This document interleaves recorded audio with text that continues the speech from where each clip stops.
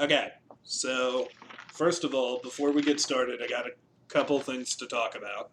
Number one, I made a mistake in the last episode. Uh, Oh I yeah? I said that Clatoonians have stingers, uh, and I was actually confusing them with a different Star Wars race. I believe they are called the Merino or the Merinos. They're essentially furry bee people, which is why they Okay. have the stingers. Uh, That makes more sense. So that's just a slight correction. Number two, Galaxy's Edge has done the coolest shit in the world for this show. Um, Yeah? Everybody has been requesting that have you seen the shit about Savi's workshop where you can make your own custom lightsaber? Yes. Well, in honor of Book of Boba Fett and in honor of Rebels, they have added in two new lightsaber pieces. One of them being the head of a rancor that you can put on the end of your lightsaber, and the other being the head of a lothcat. Oh wow. I want that fucking lothcat. Yeah. I'm it immediately Googling this. Google Images. Here we go. it is also limited time only, so anybody out Ah. there who wants to get one of those and deliver both of them each to me and Jack, I feel like we'll kill people for these, right? Oh yeah. I could kill someone for the lothcat. I just want The the Lothcat's lothcat. very cute. It's doing like a growly face, I think. Yeah. It's a wee bit cheesy, but I like it. I like it.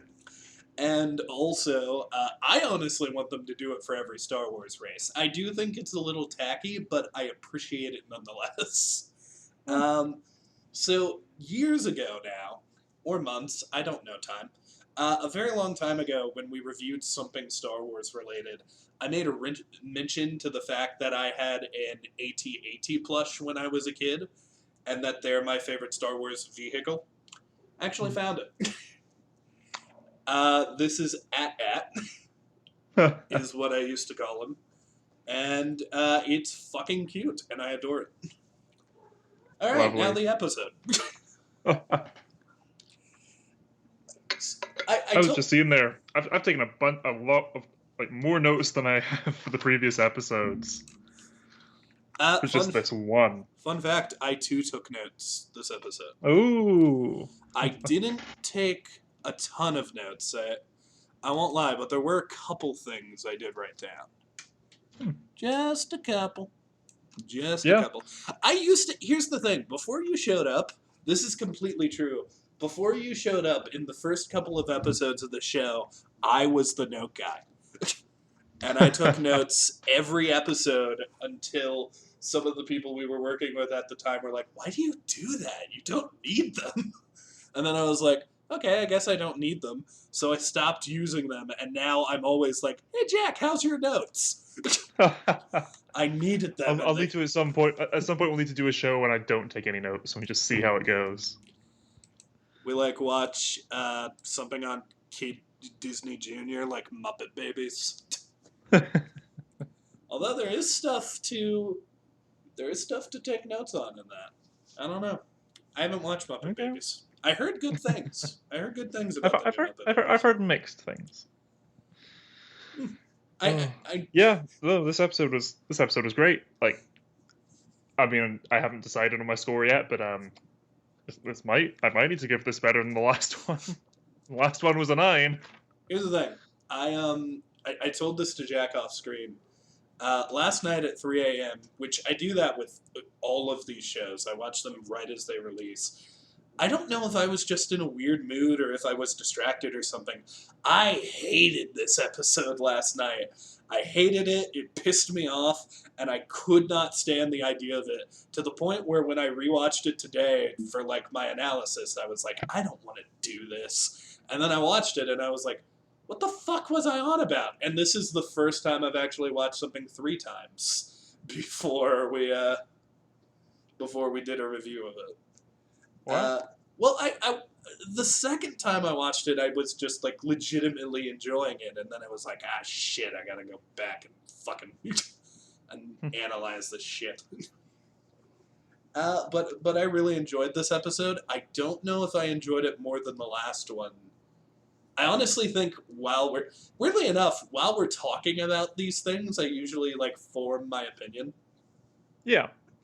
So I don't know. Maybe it will get higher. Maybe it will get lower.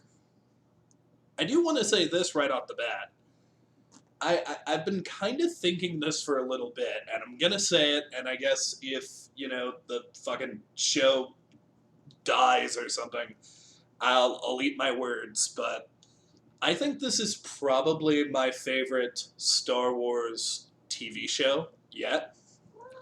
Oh wow. And I do compare it to Mandalorian, Clone Wars, and Rebels. Because my problem with Clone Wars is number one, this is just season one, and it's already like really, really, really great. Clone Wars Mm. had more time to get good. Like if we're judging season one of Clone Wars compared to season one of Boba Fett, it mows it over. Uh, I was just wondering if you were I saw your face do that thing, so I was wondering if you were like gonna bring up an arc in season one where you're like, Nope, "Fuck nope. you, remember this?" Thinking, yeah, this is better than season one of Rebels. It's better than season one of Clone Wars. It's better than season one of Bad Batch. Haven't rewatched Mandalorian in a while, so I'm gonna hold off on weighing the two there. I do think this is a little better than Mandalorian as well. I think Fair. my reasoning for this is two things. Number one, with the exception of Rebels, I acknowledge Rebels is the exception to this. Every episode kind of feels like its own thing in Clone Wars, unless they're doing like an arc thing, and Mm. Mandalorian kind of follows suit with that for the most part. This feels like one continuous story, which I've been getting really into. Like everything I learn about this story, I just get more and more interested. And, Clone Wars had some really high highs, but are we going to ignore the really low lows? Nope. There was a 3-arc series about droids in the desert. Yes, there was, and that was great. I didn't like that one. I did not. But it brings in Gregor and the Clone Commandos. There were Jar Jar episodes I liked more than that arc. I'll be real. There's a Jar Jar episode where he teams up with Mace. I love that Yep. episode. It's so Yep. good. But yeah, I'm very happy with where the show is going. It almost seems like every time we bitch about something, they address it. Like we got the Finnick episode this week, and I just love seeing the creatures. Like even the bantha looked really cool this episode. Yeah. And my friend Pat, God, I love Pat. He is 100% believed for it. He is 100% of the opinion that Disney somehow created a real Wookiee with Black Chrysanthemum. Like, he keeps telling me, I don't know what's going on, but that is not just a costume. They did something. And I can't fault him. It doesn't look human. It's fantastic. Even when it closes up on his eyes and I'm like looking at him like, all right, motherfucker, where's the illusion? Where's the seams in your makeup? I can't fucking see him. Yep. A lot of yups. Yeah, again, assuming it's if it's not a real Wookiee, the guy in the costume is doing a great job. No lines, no dialogue or anything. And I'm sure like the face and everything will be remotely controlled, but just the eyes are brilliant. One of the smallest details of Black Chrysanthemum is one of the roars he does. And it's not like his big open mouth roar where he's like aggressive. He just lifts his lip up a little. One side of the lip goes up, another part doesn't. And he just sort of goes, "Arr." And I just remember thinking, that looks like a fucking dog or cat growling at you. That doesn't look like a person.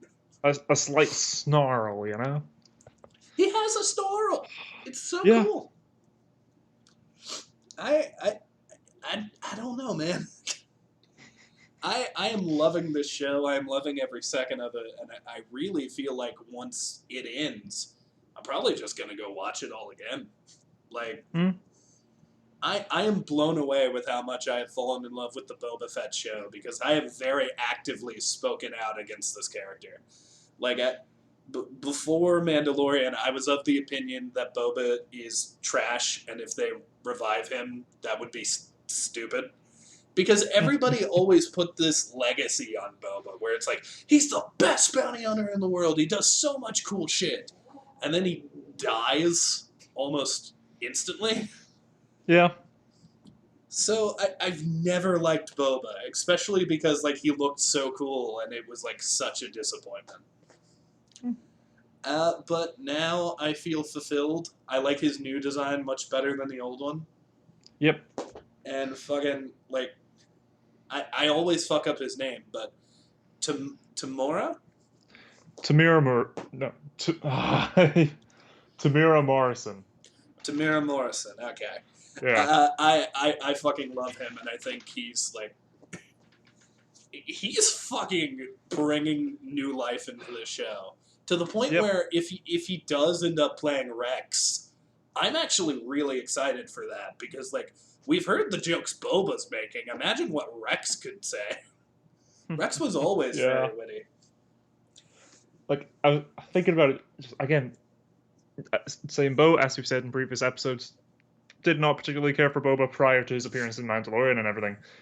But I always loved, you see those videos whenever he goes to Star Wars Celebration or a Comic-Con or something, of just the line of clone troopers lined up because he played Django. He says, it's Father's Day, we're going to go meet Dad.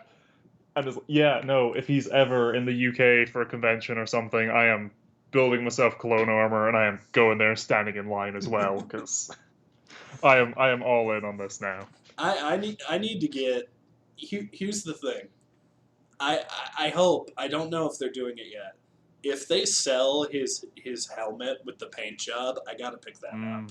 I'm just hoping that in story of this show, we get, like, I don't care if it's a Funko Pop, my cat just went in front of the camera like a douche. I don't care if it's a Funko Pop, I don't care if it's a statue.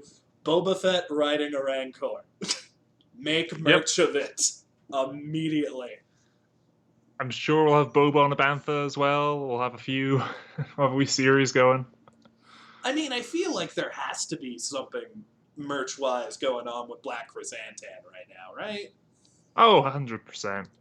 By the way, I'm going to ask this before we get into the proper review. So at the end, I picked up on this, and I want to know if you did too. At the end, him and Finnick are talking, and Finnick... Oh, crap. The cat also fucked up my capture. Oh, no. Oh, I can fix it real quick. I just did, actually, but you're a bad cat. Fucking Boba's saying he needs muscle. Finnick says she can find muscle for money. Yep. And the music that plays in the background, I don't know if it's been in this show so far. That's Mando music, right? Yes, it is. Yes, it is. That's the main theme. So I'm guessing that Din Djarin cameo is happening then. It's Grogu. They go get Grogu. I would love that if, like, all the Pikes start attacking and then they float into the air. just to hear Boba go, do the magic hand thing. You know? Do the magic hand thing, baby. Also, Boba's kind of got a team of his own at this point. I'm loving his little cast of extended characters. He's got Finnick. He's got his cyborg army. He's got Danny Trejo. The mods, yeah. He's got Black Chrysanthemum and unnamed Rancor. Yeah. This is the coolest shit. But I can literally say the sentence, Boba Fett has an army of cyborgs, and not feel silly or, like... In a way, it feels like fan fiction, this show, honestly. Because it's like... This is 100%, like... Aside from him assuming he doesn't get a lightsaber at the end of this show.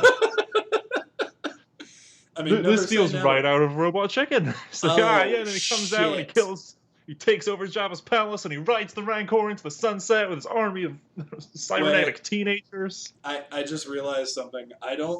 Here's the thing.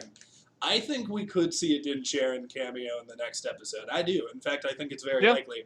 Here's the That's thing. what that music said, yeah. He said he needs an army and they're getting money. Din Djarin, not an army. Mm-hmm.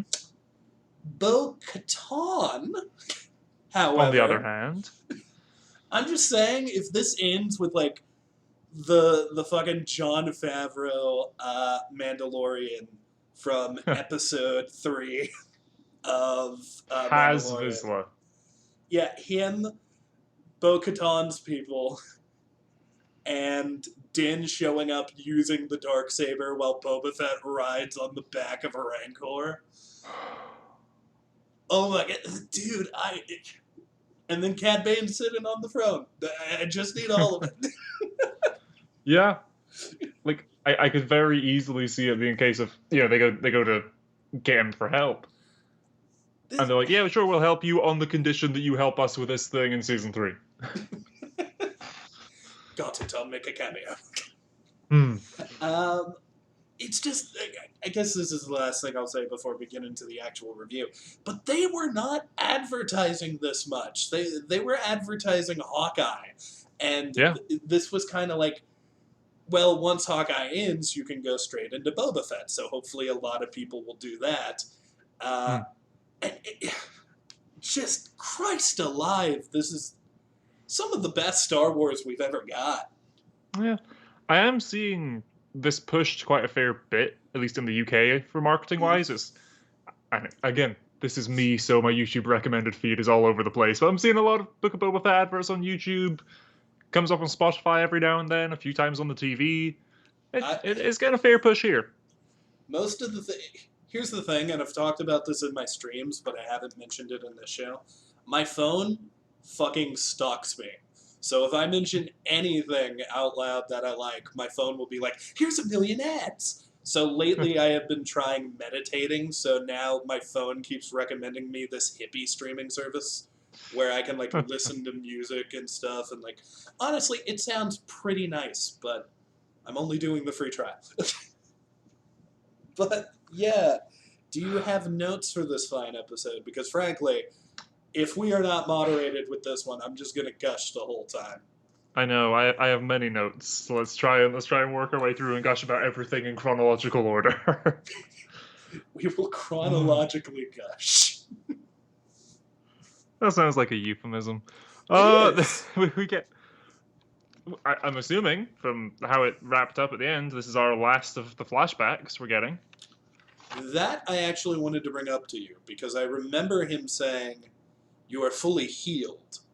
So I wonder if maybe in episode 6 or something, he gets injured and we open on a flashback. I'll wait until we talk about the flashback for this episode properly, because there was something I was a little confused about, and I want to bring that up to you, because it led me to make a theory. Okay. Well, flashback starts, and it's Boba riding his bantha and everything through the desert. And we were saying again, I think before we started recording, the bantha looks great. Like Everything again, looks it's CG great. in some shots. The close-ups on it licking him and throwing it the food and everything. It looks. I loved the line. What was it? Find other banthas. Make baby banthas. I'm sorry, I love him. That's good. There are sometimes that Boba Fett is the biggest badass in the room, and there's sometimes where he's the cutest guy, where he's just like, so long, my friend, and he's patting the fucking bantha. He's licking him like a dog, you know. I'll miss you too. Just patting her. I adore this episode, and I do like the continuity check of seeing the flare in the sky. Yeah. He goes to investigate. As soon as that happened, there's a distant explosion, and I'm like, oh, it's the flare from Mandalorian, and we get the music sting from Mandalorian again. Which I suppose it's the second time that happens, because it happens at the end of this episode. And... So here's the thing, and I don't know if this was dumb of me. I think I guess I naturally assumed Boba somehow fixed Finnick. I didn't know he took her somewhere.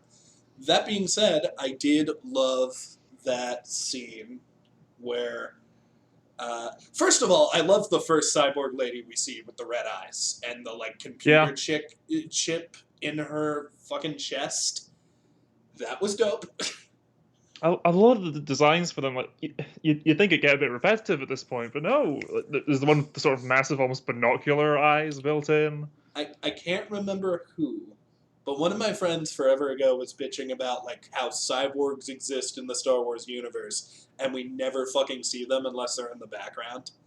And I've always kind of been in that camp because when I played Star Wars Knights of the Old Republic, whatever the MMO was, I actually would constantly play the cyborg race. So I love seeing them, and I think it looks awesome. Hmm. Lots of creativity going into those designs. And speaking of design work, am I allowed to say that Yeah, yeah. Well, stuff? building to that character, I get that the one doing the sort of surgeries and the operations. I loved his cybernetic arm because it's this massive. It's almost like Wally's hand. It's that massive three fingers that are just rectangles I that he then takes off and swaps out for different tools and everything. For the briefest second, I didn't acknowledge that was a hand, and I was like, why is he holding that weird, like, claw thing? What's he gonna do with that? Like, I thought it was a tool. And then he takes it off, and I'm like, oh, no, he's a cyborg. Duh. Yeah, but no. Again, mentioned it last time, and I'll make sure we link her Instagram this time. Amy Dolphin, one of my old classmates. Mm. Amy Dolphin works for a studio called Jellyfish. Ocean pun here. Who do some of the CGI for the show, and she designed the prop of the sort of laser thermal scalpel the guy uses. And she did a bunch of the effects and everything for the surgery itself on like the pistons and inner workings and everything. So massive shout out to her because this is like the first thing on her portfolio since university, and Mm. I know she is freaking out about it. Me and Mo classmates were all freaking out about it. So, Great job to her. It all looks great. so I meant to ask, because you told me about this off camera, and I was like, holy shit.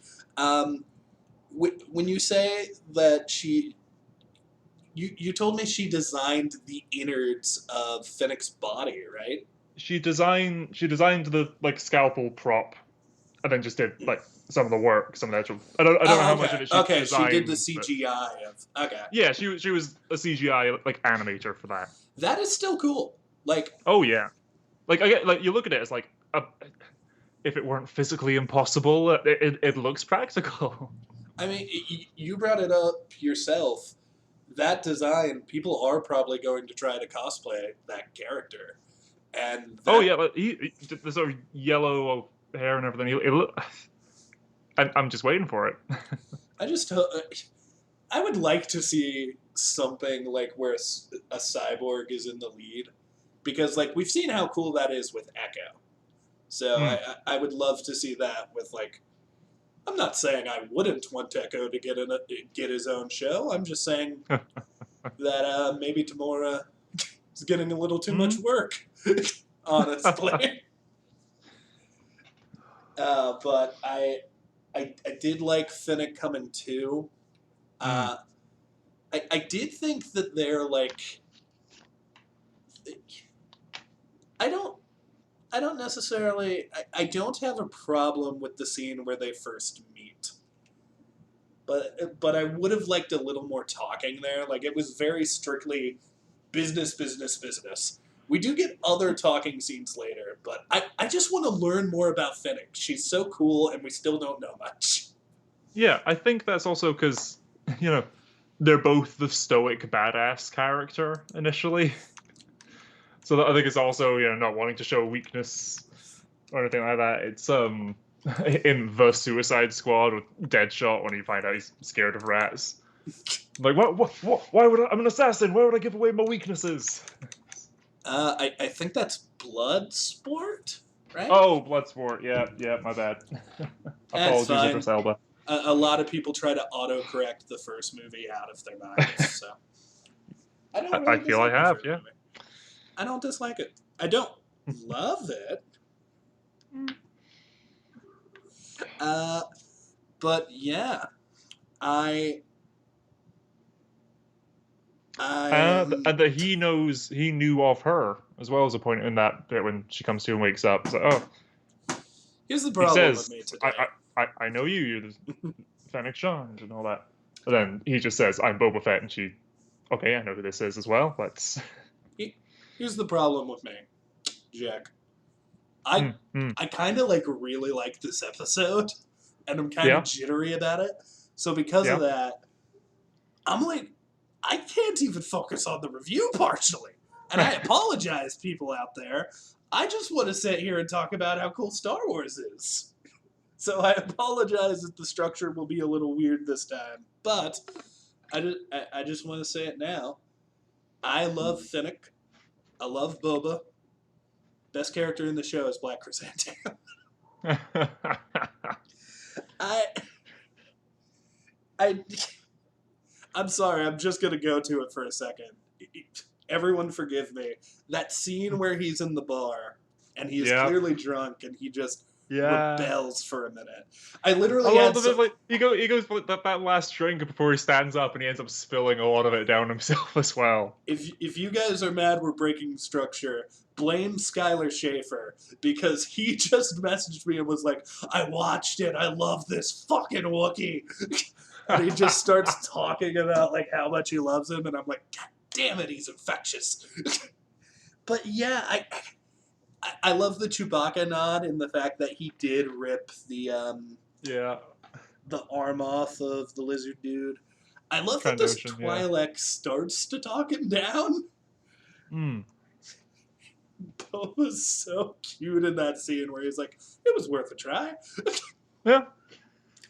I just And even she's like, mm, yeah, Max, Max. start up the music. We got a name drop. It is Max Rebo. Okay. What the fuck happened? Did Max Rebo's agent get aggressive with Mickey or something? Why is he in the show so much? Like, I'm not even kidding. If you add it up, Max Rebo is in more episodes than Black Chrysanthemum so far. Yeah. Yeah. I'm sorry. I completely just wanted to talk about the Wookiee for a minute. Please go on. No, that's great. I'll, I love he goes off on the Trandoshans and everything because he's sitting there watching their success and everything. I love they even do a dolly zoom like shot for him I as he sort of snaps. It's like, I remember thinking, why is he doing this? And then I was like, maybe he's just mad. Maybe he just does this. He was a gladiator. He doesn't like people. he was a gladiator, and you know Wookiees and Trandoshans famously do not get along. I get they alluded to that in episode 2, I think, when Boba's sort of prodding the chrysanthemum from across when he's stood with the Hutts. He's like, whatever about him being a gladiator. You only managed to escape by sneaking past a sleeping Trandoshan. I'm still nuts. I'm still nuts. Okay. Back to Finnick, because she was great this episode too. Here's the thing. How old is I'm trying to remember her name properly. I don't want to fuck it up. Finnick's Ming-Na Wen? actress. Ming-Na Yeah. Wen. For some reason, I was thinking Ming-Na Wen, and I didn't want to fuck it up because I adore this lady. She's my favorite Disney princess. Fucking this woman. She is 58. She is 58. She deserves some sort of award. She is doing action like nobody's business. She is one of the biggest badasses in the show. And the fact that she is standing next to Boba, who we have seen do some really cool shit, and she's the one I'm more scared of, says something. Yeah. I mean, Boba keeps trying to, like, spare everybody. Finnick just straight up threw someone off a roof because she wanted to. Yeah. Just the moment with the Maitre Domo or whatever it was. I was like, can I kill him? No. Fennec is great in this. I do like that they start the Mandalorian stuff. They have a conversation where it's like, what are you going to do after this? And he's like, I'm going to I'm gonna go kill Bib Fortuna. I'm gonna find my armor, and that I'm leads to going to settle some scores. Yeah. and that leads to one of the coolest scenes in the show where he goes and tries to find the armor. But back to your notes. Yep. Just the moment before that when he's like, okay, got some scores to settle. I'm like, oh, okay, we're going to use the ship to go and fight the biker gang. Okay, cool. That's going to be the rest of this episode. Nope, just fly by, shoot them, fire a missile, job done. I wanted to talk to you about that. So that's the thing that I mentioned. I was a little confused here because I thought the gang like had a base. I thought it was going to be a much bigger deal. I thought that was going to be like not a. It almost felt like an afterthought, right? Like he just swooped in, he got his vengeance, and it was over. Almost seems a little too clean, doesn't it? Almost seems not really. I think like maybe they put a rug underneath of us that they're about to pull up when they revealed that the Pikes were actually the ones who killed the Tuscans. Perhaps I can still see that being the case. I think because even Finnick even raises. I'm not sure if it was mockingly or what, but she does mention it when he's like, "Oh, this Nikto gang who took out the tribe." She's like, "Oh, Nikto bikers took out Tuscans." I wasn't quite sure what reads to. Not sure what I quite got on that moment. Whether that was sarcasm towards Tuscans or Nikto. But yeah, I do. I think the Pike reveal could potentially still come. But I still really like this moment of just, they had technology, they bet the Tuscans. Now Boba has superior technology, just flies along, shoots them, job done. I thought that was quite satisfying to watch. I just don't trust it. I also did want to check in with you. Do you still think the kid is alive? Yes. You do? I still think the kid, his Mastiff, the warrior, lady, Tuscan, I'm still holding out that they're okay. Here's the thing. I would love the warrior to come back. I still am in the camp of the kid straight up dead. Even if the warrior comes back, until I see that kid, I think he's dead. But I don't even know if the warrior is coming back at this point. My cat is being a weirdo. I'm still of the idea that that they show up in present time to help. But I'm just saying. Picture you're like the storyboardist or the director of the show or the showrunner. You've decided you're going to kill a child, and Disney tells you, well, you can't show the death. How would you show that he's dead? I mean, yeah, the way they did it with the stick, but your whole kid-friendly, it's Disney argument, it's Star Wars. Have you seen the poster for Moon Knight? Oh, dang, I'm very excited for Here's the thing. It's just fist closed on crescent dagger dripping in blood. I mean, you're not wrong. I'm just saying. But it's still not a kid, There are rules about kid deaths.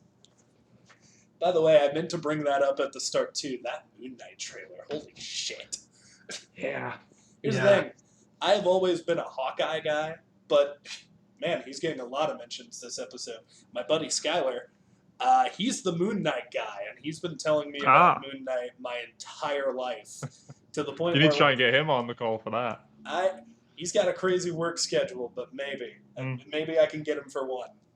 My biggest... I mean, Moon Knight is cool. We've seen him in comic stuff before, but I haven't actively read any of his stuff. My biggest hope, and there's no way it's happening, but if it does, that entire show becomes a 10 out of 10. They do the... random bullshit, go! I just want him to call Dracula a fucking nerd. Dracula, you fucking nerd, where's my money? God, Moon Knight. Oh, there's great, again, it's been shared around a lot now because of the trailer, but it's that moment of Moon Knight sort of explaining to a guy. It's like, oh, I don't wear white so I can blend in. I wear white so they can see me coming. An image I just sent to my friend Skylar was actually from the comics, and it says, Taskmaster actually prefers to not mimic Moon Knight, because Moon Knight is just sometimes okay with being punched in the face during fighting. And I thought that was the funniest shit. I feel like it'd be the same thing with, Punisher as well, because Frank Castle often, He'll shoot himself so he can get used to the pain. There's a So when he's reason. in a fight and he gets shot. There's a reason Taskmaster is terrified of Deadpool. Yeah. Number one, Yeah. he can't mimic him. Number two, if he could, he'd probably lose a bunch of limbs. Oh my god! But yeah. so, Boba Fett. Book of Boba Fett. when they're breaking in to Jabba's palace, Before that, you had your moment, your thing you didn't necessarily like with the Necto being done too quickly. yeah, My only negative I've got written for this episode is, and it's something that we're just gonna have to accept for the next wee while until Disney inevitably backtracks on it and admits their fault. Boba, I need my fire spray gunship. It's the slave one. Come on. mm-hmm. I mean, if they just that line in and of itself is fine, but knowing that that's there because that's what they're trying to change the name to. Yeah. I mean, I don't understand super why they want to change the name. Because, like, you know, it's Star Wars. It's applicable to Star Wars stuff. And I think there is a story in Star Wars canon of why it's called that. I don't know that story, but I think there is one. I don't see a reason to change it, but I will also be the first to say I don't care. Like, if they changed Thor's hammer's name to something else, I wouldn't care about that either. It's a name of an item. It's not going to ruin the show for me or nothing, but I do love the title, The Slain One. If the Hawkeye show you got to the finale and they changed Lucky's name, that's different. That's different, and you know it's different. That is a character. That is a character. Here's the thing, and I was actually okay with them changing Lucky's name. I don't know if I said this in the review. I know I said it on stream. Somebody pitched the idea to me that they were going to name the dog Hawkeye, and then Clint was going to go, well, Kate was going to not like that, and Clint was going to go, no, I like it. There's room in the world for 2 Hawkeyes. Then he looks to Kate and goes, or maybe 3. And I would have loved that. Like, I would have thought that was a great scene. But, yeah, no, I completely adored just every scene Finnick had in this episode. Yep. However, there was one scene I thought was ridiculous. You had your big grievance. This is mine. Here's the thing, and I have fought this for a while. There is one design of droids that I have absolutely hated. Ever since I saw them in Clone Wars, I've hated it. And it's that rat catcher guy who comes in. And LEP droids, yeah. Look, I love when this show goes silly. I think one of my favorite lines is still, like a bantha. But when Boba is like slapsticking with this little droid and he's like crawling and the droid's in like the firewell and it's just walking around and then it's revealed, oh no, Boba still has the droid. I'm like, why are you here? I don't like you. You're taking up time. And here's the thing.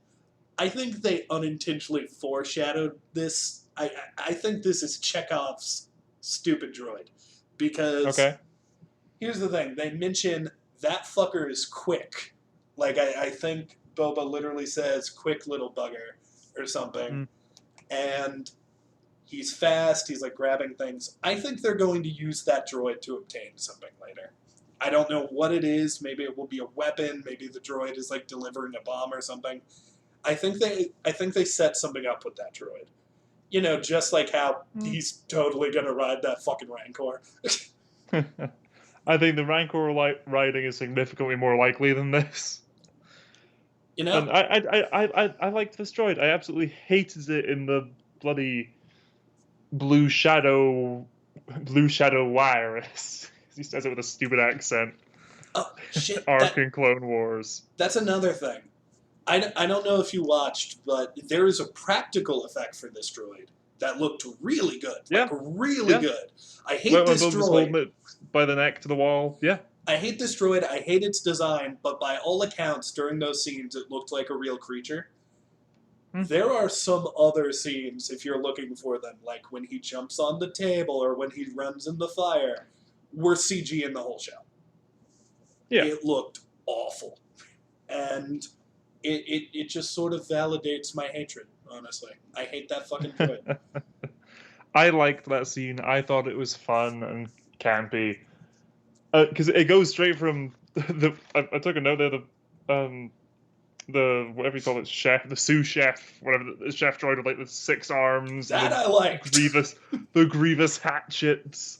And Oh, it's yeah, just Finnick pops up behind it, slits its throat. I'm like, holy shit. I feel like that was a direct reference to Grievous. Oh, 100%. Here's the thing. I have never talked about this on camera, I don't think. I love General Grievous, but I acknowledge he sucks. Oh, same. I've got the Lego Bionicle massive Grievous figure. General Grievous is a fucking amazing design. Great backstory. Really cool design. Some great really episodes. good episodes in Clone Great, Wars. the one with Kit Fisto. The one with Kit Fisto. Yes. Terrible character. So much wrong with him. So stupid. I love that episode. The raid on the witches of Dathomir and everything. Oh, that's Grievous has some great episodes. He's got some great memes. Well, time to go to the escape pod. The book I actually heard about that bee race in is actually called Dark Disciple, and it is the canonic ending of Ventress's character. He is a bitch in that. Like, literally, Quinlan Voss just shows up, and, like, it's like, I want to say half a page where he just wrecks Grievous and all his forces. But, yeah, so they get the Slave One. If I talk about all the action in this thing, we're going to be here all day, just for the record. Yeah, just keep going through. It was good action, though. I did notice that this time there was one of Hondo's race there. Yes, so sort of the guards currently working at that moment are some Gamorreans, some Nikto, and I spotted some Weak Way in there as well.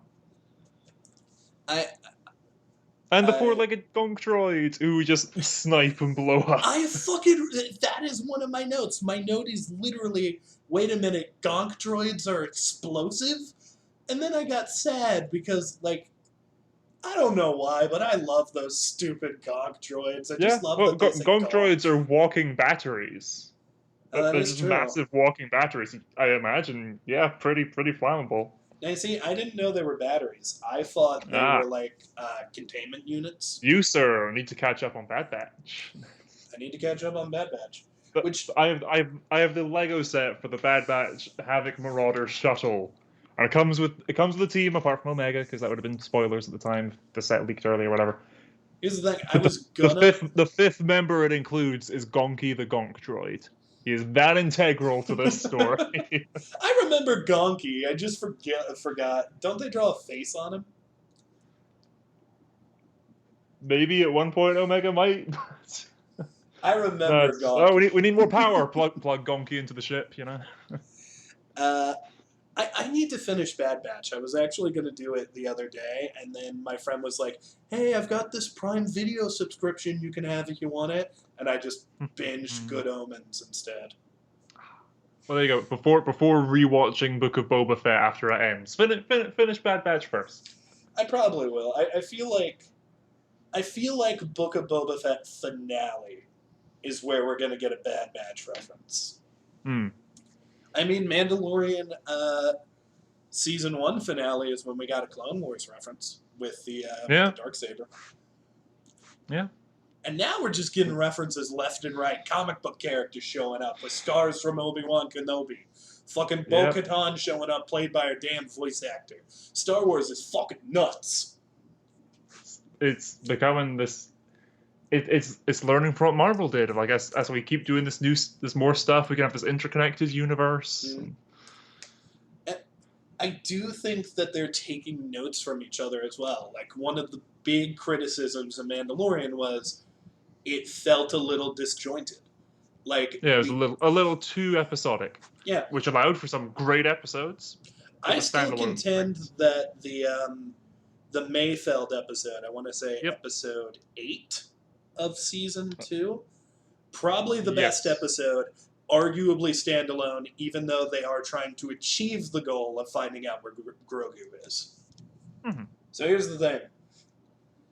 Remember how in the last episode or whatever I was like, in Legends, Boba just keeps going into the Sarlacc pit because of stupidity. I swear to God, for the briefest of second, I was like, no. No, don't do it.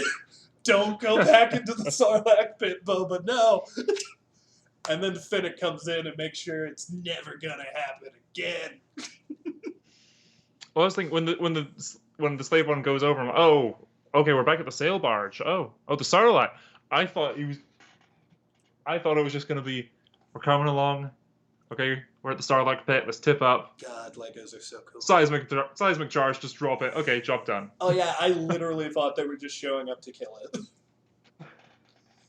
Which, I mean, They great probably when they're being should pulled have. down into it, and she just flicks the thing, and it just pops out the back and rolls off the edge. It did just, like, I've always thought the design of the slave one was a little weird. Because, of course, like, as they demonstrate in this episode, you gotta fucking climb and maneuver yourself in a weird way to sit down. Yeah, yeah.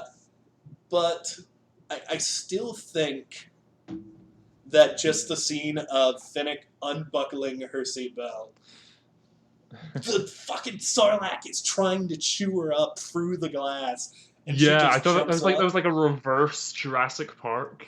You know, it's coming up from below, stopped by the glass, versus the T-Rex coming from above. So cool. It's such a cool scene. It shows the determination. Mm. My only problem with this is it feels like Boba Fett's respect for Finnick is a little too quick. Like, I would have liked one more conversation where he's like, "What's your deal, lady?" And she, like, talked about her character for a minute. Then we get the scene of her proving that he can trust her. I don't know. I mean, you have, again, so from the moment that she wakes up and they have their first wee chat, it's like, they both know of each other via reputation. They know who each other is. They do the wee raid on. She sees him bonding and how he treats this bantha, how he essentially treats a cow. You know, so this is just an animal, and this is his affection. How much care he takes of it. It's okay. You are a good person. I can appreciate that and everything. They do the raid. They have each other's backs for it. So it's just great, bunch of wee great moments in that attack where they steal the ship. And then at the end there with the Sarlacc, I don't think it was too quick myself. I think Here's the thing. I think it was great. I think this is And where then they go in. They then go into Mandalorian and still having each other back and everything there. I think where my I'm fine with problem is I buy them being friends and I buy them being close. Boba literally says, "I will lay down my life for you," and I was like, "That's a little quick." He says that that's the deal. It's like, you can be solo and do whatever you want, or you can work for me. You watch my back, I'll watch yours. I do think of them as partners also.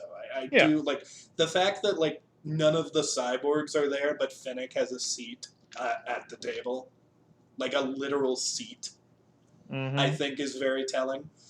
So I need brains and brawn, and you have both. I also think her line of, like, I was a little confused because earlier she was like, "Bikers beat the Tuskens? That's insane." But then later she goes, Yeah. "The Tuskens made you soft." And I'm like, so how do you feel about the Tuskens? Do you think they're soft? That's what I was saying. That line of bikers bet the Tuskens, as I was alluding to earlier. I wasn't quite sure the read we were meant to get on that line. I wasn't sure if that was her being sort of mockingly got like, "Oh, what? Really? Bikers bet Tuskens? No shit." Or if it was meant to be the opposite way around. I wasn't too clear on that. Here's the thing. I'm going to go ahead and say this, actually. Boba Fett took a bunch of those guys out all by himself, and now that we know that that's the full gang, I'm actually going to fully say bullshit. They shouldn't have beat the Tuskens. So because of that, I hardcore believe now it was the Pikes. The Pikes wanted revenge because they took out the freighter. Pikes until proven innocent. That is not how that works, but okay. I mean, yeah, no, you're right. But Oh, I've just written badass of just Finnick shoots the droid or whatever. There's the explosion and the slave one hat. Oh no, she shoots the counterweight for the door. And it's just that cool shot of her sort of stare as the gate closes at the rear end of the slave one. Lots of just again. There's the dolly zoom of Black Chrysanthemum during the fight. There's a moment where they both go off opposite sides of the camera. There's a lot of just great wee moments of cinematography and directing in this episode. and it Who did direct this episode? Actually, was this another I have no idea. Rodriguez one? I just remember, like, just to talk while you look it up. I remember that Sarlacc scene being fucking terrifying. Yeah, that jump scare fully got me. Yeah, when it zooms in on that, I guess, Frotole or whatever that was, I thought that was the area where Boba burned out, and that's why we were, like, looking at it. It's directed by Kevin Tancharian. Not a name I'm familiar with. Kevin Who's this Tangerine. guy? Let's look him up. Yeah. You're not going to laugh at my tangerine joke?